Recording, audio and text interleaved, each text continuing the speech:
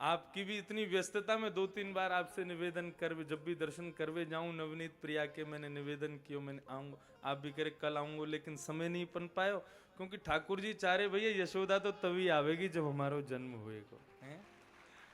और वास्तव में आपको आगमन, हमारी कथा इतने भाव से चल रही, उत्सव तो यहाँ रोज ही जन्मोत्सव है रहे ठाकुर जी के, लेकिन कथा के मध्य में इतनी सारी भक्तन की कथा, वैष्णव चर्चा की कथा के क्रम को नहीं पकड़ पाए। आज विश्राम दिवस में बस अभी अभी नंदस्त्वात्मज उत्पन्न कह के निवृत्त भये हैं, इतने में ही यशोदा जी आ गई हैं। पूर्ण रूपेण जितने भी वैष्णव पधारे हैं भैया, बिल्कुल समझ लियो, या उत्सव को श्रीनाथ जी ने अंगीकार नहीं अपने हृदय में बिठा लियो है। हम भले ही या पंडाल में बैठे, लेकिन हम कितनों स्मरण उनको कर रहे हैं, लेकिन वो 24 घंटा हमारो ही स्मरण कर रहे हैं। समय आने पर मुखिया जी पधारे, समय आने पर आप श्री पधारे, समय पर ही सब उत्सव भये, समय पर ही जादना हमारे ठाकुर जी नीले मोती बंगला में विराजे, वादना श्रीनाथ जी नीले मोती बंगला में विराजे, जादना अपने ठाकुर जी घटा में विराजे, वादना श्रीनाथ जी घटा में विराजे, जादना अपने परिकर की ओर से बंगला हो, वादना ठाकुर जी सेहरा पहन के दूल्हा बन के विराजे। बताओ, बंगला में दूल्हा बन गए ठाकुर जी। बड़ी कृपा, इतनो आनंद, इतनो सुख ठाकुर जी ने प्रदान किया। कल की तो मैं आपको कहा बताऊं, कल शाम को मैं सुबह दर्शन नहीं कर पा रहा ठाकुर जी, शाम को जाऊं, 6:30 बजे पहुंचो, कपाट बंद, लेकिन जैसे ही मैं पहुंचो तुरंत कपाट बंद भये, और श्री जी बाबा के मुखिया जी ने थोड़ा सी झलक देख ली कि व्यास जी आए, और उनने एक क्षण के लिए पुनः पर्दा खुलवा के श्री जी के दर्शन करा दिए। मैं मुखिया जी को देखने लगो, तो मेरी तरफ इशारों करें, इनको ही देखो जल्दी, फिर दर्शन बंद करने। मैं दर्शन किए, मैंने कहा आपने बड़ी कृपा की, श्रीनाथ जी ने इतनी कृपा करी है या बार कि बस अब मैं अपनी क्या कहूं। मैं पंढरपुर में यदि भाव बन गयो तो वाको अगलो उत्सव नाथ द्वार में ही करेंगे ठाकुर जी को। बोल श्रीनाथ प्यारे की जय।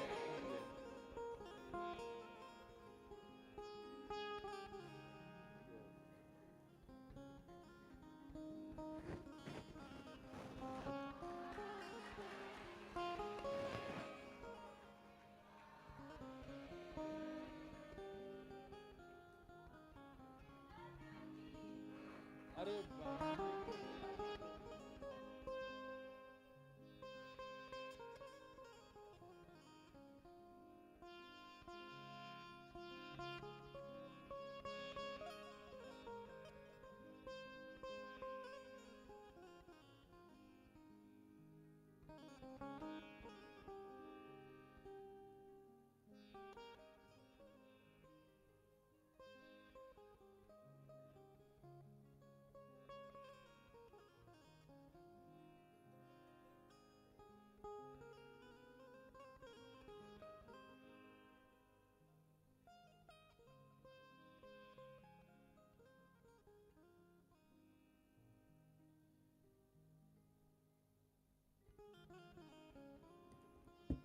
बोल नवनीत प्रिया लाल की जय।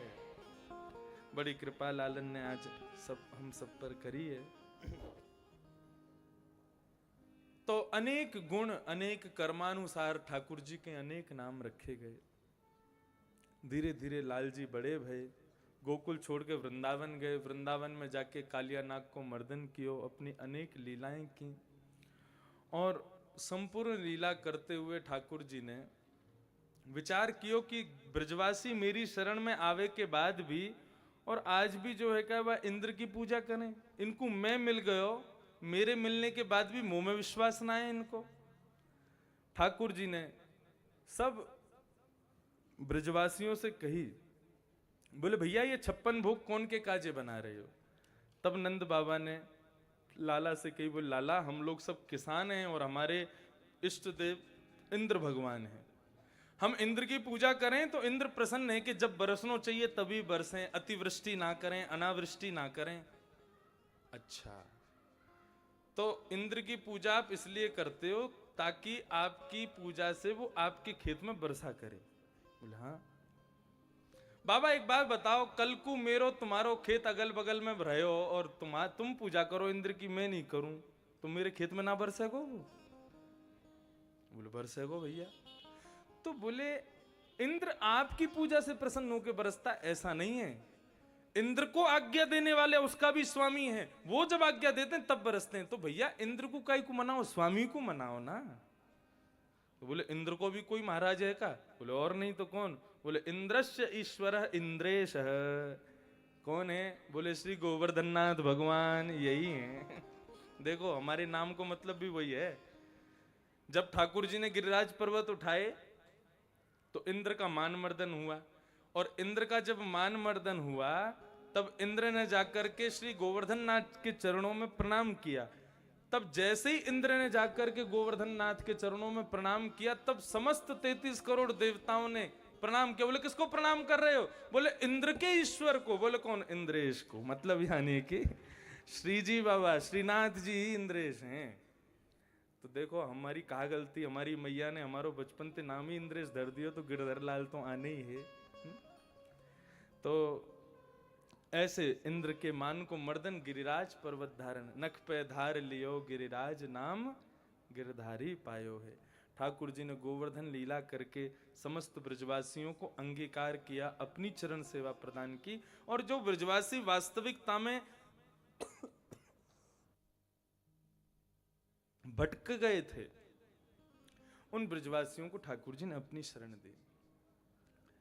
इसी को कहते हैं अनन्यता।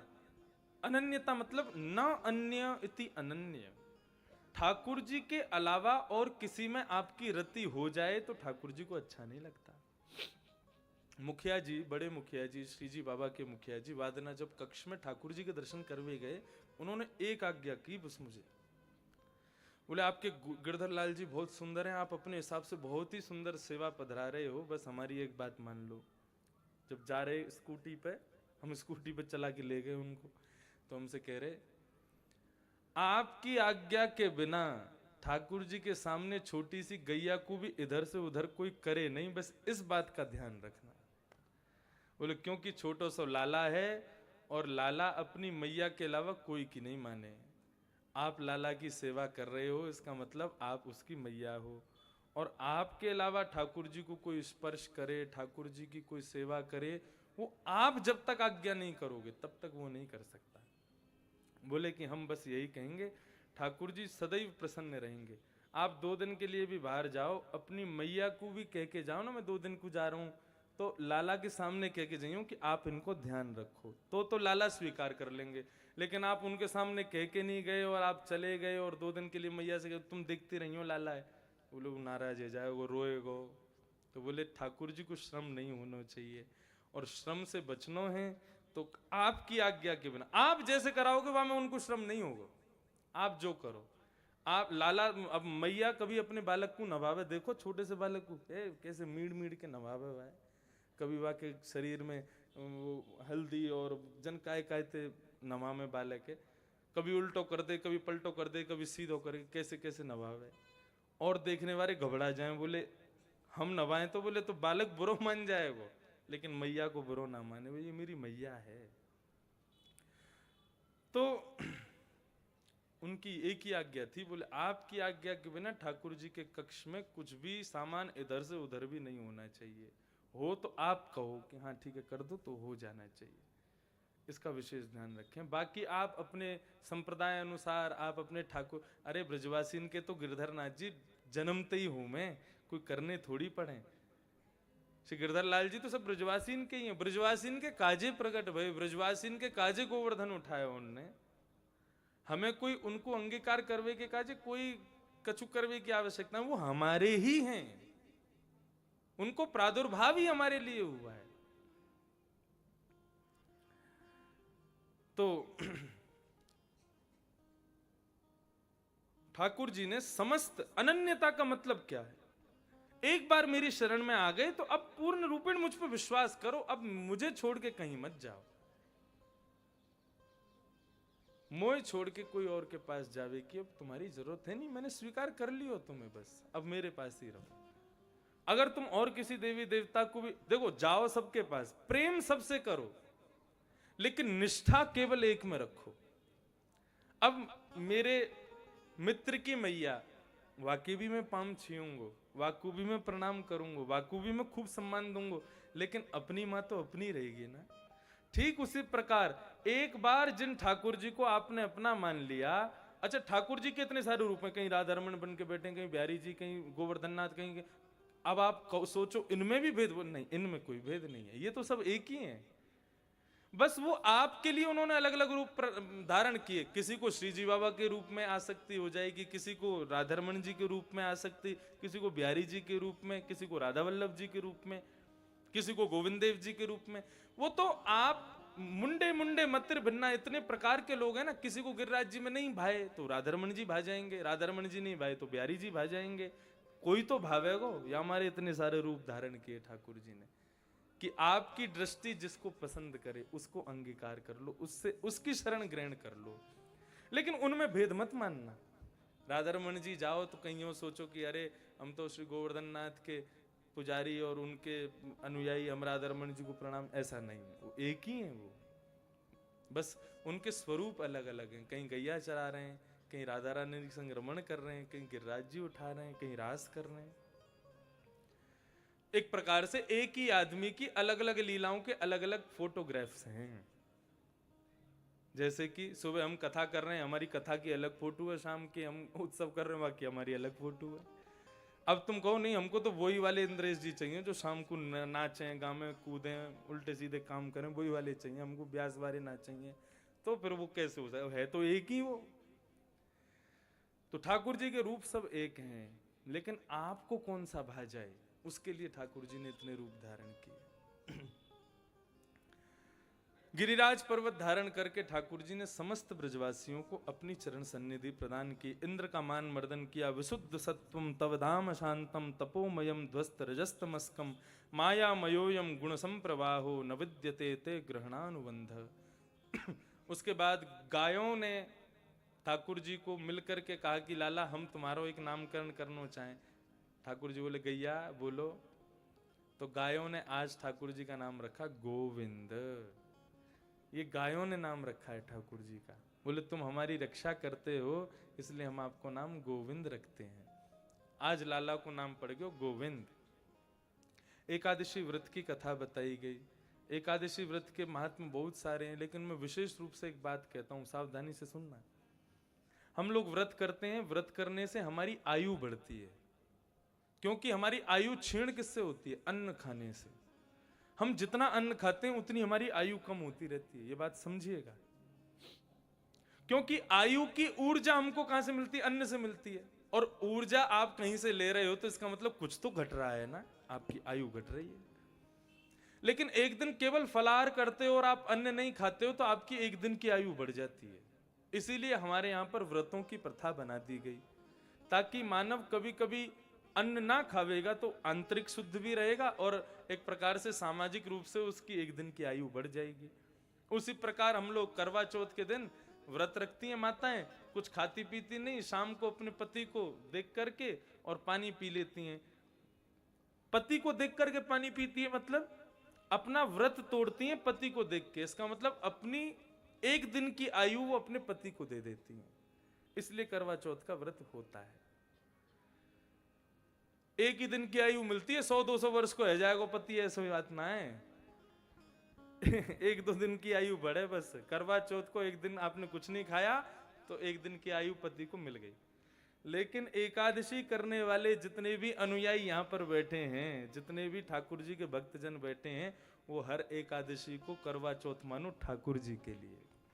हे प्रभु, कृष्णदास जी ने तो अपने पद में यही बात तो कही है, कृष्णदास किए प्राण न्योछावर। हे प्रभु, इस संसार में सबसे अनमोल वस्तु आपको देनी चाहिए और सबसे ज्यादा अनमोल है हमारा जीवन। हमारा प्रत्येक दिन बहुत अनमोल है। हम जीवित हैं, ये हमारी अनमोलता ही तो है। तो ठाकुर जी आज हम कुछ नहीं खाएंगे और पूरे दिन कुछ नहीं खाने के बाद में रात्रि को आपको देख करके व्रत तोड़ेंगे एकादशी वाले दिन। खैर एकादशी वाले दिन तो आप जल तो पी सकते हो, फलाहार तो ले ही सकते हो, लेकिन ठाकुर जी को देख करके जैसे समय अनुसार जब द्वादशी लग रही हो तो द्वादशी के दिन ठाकुर जी के सामने बैठो, ठाकुर जी का श्रृंगार आदि करके भोग पधराओ और भोग पधरा करके फिर उस भोग को पा करके ठाकुर जी को देखते हुए व्रत तोड़ो द्वादशी को। तो क्या होगा? ठाकुर जी हम आपको कुछ तो दे नहीं सकते, ये सोने चांदी हीरे जवाहरात धन सब आपने ही तो दिया है, एक चीज है जो हम आपको दे सकते हैं। क्या? बोले मैं एक दिन व्रत करके अपनी एक दिन की आयु अपने लाला को प्रदान कर रहा हूं, इसलिए एकादशी का व्रत होना चाहिए। एकादशी व्रत नहीं रखने से पाप लगता है, ये लगता है, कुछ नहीं लगता। अन्न में उस दिन पाप विराजमान होता है, ऐसा पूर्वाचार्य और ग्रंथ कहते हैं। लेकिन आप ग्रंथों की मान के, वेदों की मान के चलोगे ना तो फिर भाई बहुत नियम है, इतने नियम पालन भी नहीं कर पाओगे। उसको भाव में परिणत कर लो, और भाव में परिणत होकर सहज भाव से होगा।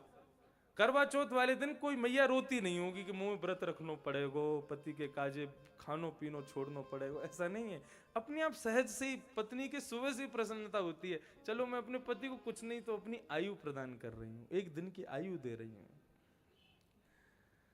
ऐसे ही लाला को आयु की आवश्यकता नहीं है, लेकिन अर्पण करना भक्त का स्वभाव और ग्रहण करना ठाकुर जी का स्वभाव। तो अर्पण मूल्यवान तो एक ही वस्तु हो सकती है, अपनी आयु।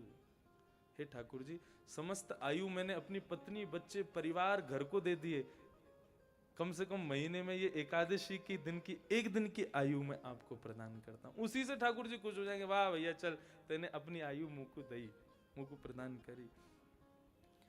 और अब कथा में प्रसंग आ रहा है रास पंचाध्यायी का। सब लोग ठाकुर जी के ये रास स्वरूप हैं, श्रीनाथ जी रसराज हैं, रस के राजा हैं ठाकुर जी श्रीनाथ जी। तो हम लोग रास पंचाध्याय के एक श्लोक को बोलें, फिर रास की थोड़ी कथा सुन लें। गोपी गीत का एक श्लोक का पाठ करते हुए जल्दी से कथा को विराम की ओर ले चलेंगे। कि भगवान पिता रात्रि शरदोत्फुल्ल मल्लिका विक्षरन् तुम मनश्चक्रे योगमायामुपाश्रित। सावधानी से सुनो सब लोग, मुश्किल से मुश्किल 15 मिनट और कथा चलेगी बस, क्योंकि भैया सुबह तेईसी नाथ जी ने सबन के कमरा खाली करवा लिए, हमें भी कमरा खाली करना है अपना। कल शायद श्रीनाथ जी में 56 भोग है, और भैया 56 भोग से मनोरथ श्रीनाथ जी को कोई नहीं है। श्री जी बाबा कहें, बोले तुम आए हमने खूब खातिरदारी करी, जा रहे हो ना चलो ऐसे भगाएंगे, सोचे भी नहीं होगी तुमने। लाला ने खूब स्वागत किया, खूब खातिरदारी की, खूब आनंद कराए 6 दिना 7 दिना। अब जावे की बारी आई है तो लाला हमको देख भी नहीं रहे हो। ये दुखी होने का भाव है उनका, वो दुखी हो रहे हैं इसीलिए सुबह सुबह सबके कमरा खाली करवा दिए 7 बजे से। वो ठीक है तुम जा रहे हो ना, मैं छोड़ो तुम्हें रेवे को आज भी मत रहो, अभी जाओ चलो। गुस्सा है रहे हमसे इसलिए ऐसा करा रहे हैं। अभी सब उत्थापन के जिन जिन लोगों की टिकट नहीं हो, उत्थापन में लाला के पास जइयो बलैया लियो, बोले लाला हम आ रहे हैं जल्दी, तू चिंता मत करे। अरे हमें पता हो तू हमारे बिना रह ना सके, हम अभी आ जाएंगे कछु दिनों बाद, फिर आ रहे हैं तेरे पास में।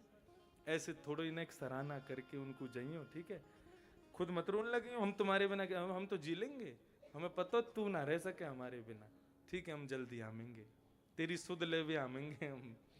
भाव बदलो अपने। ये नवीनता जब भक्ति में आती तभी तो भगवान बोलते, एक जैसी रोज दाल चावल खवाओ बालक को तो ऊब जाएगो, फिर तो बाहर जाके पिज्जा बर्गर ही खावेगो। मैया तो रोज दाल चावल खवावे। ऐसी अपने लाल को एक जैसी सेवा रोज करते रहोगे, वही सुबह आरती घुमा देनो, वही भोग पधरा देनो, फिर भोग खा लेनो, रात में सुला देनो, उठा देनो। ठाकुर जी भी फिर हार ही जाए, बोले एक सी सेवा करे, कछु नवीनता तो लावे ना। हर दिन कुछ नवीन करो, हर दिन कुछ नया करो। कल जो श्रृंगार था, मैं दावे से कह सकता हूं भूतों न भविष्यति, श्रीनाथ जी के विग्रह ने ऐसा श्रृंगार कभी नहीं किया होगा। ऐसा मुकुट धारण करके और श्रीनाथ जी श्रीरंगम के रूप में, रंगनाथ भगवान के रूप में कल विराज रहे थे। मैंने तो ऐसा स्वरूप ठाकुर जी का नहीं देखा। ऐसी नवीनताओं से ठाकुर जी को ही आनंद आता है। चलो नवीन नवीन धराओ, नवीन नवीन आनंद करो, तुम्हें जैसो इच्छा करे, मैं तुम्हारे पास आया हूं तुम्हारो हैवी के का, जब तुम्हें जैसो अच्छा लगे वैसे मुंह को तैयार कर दो।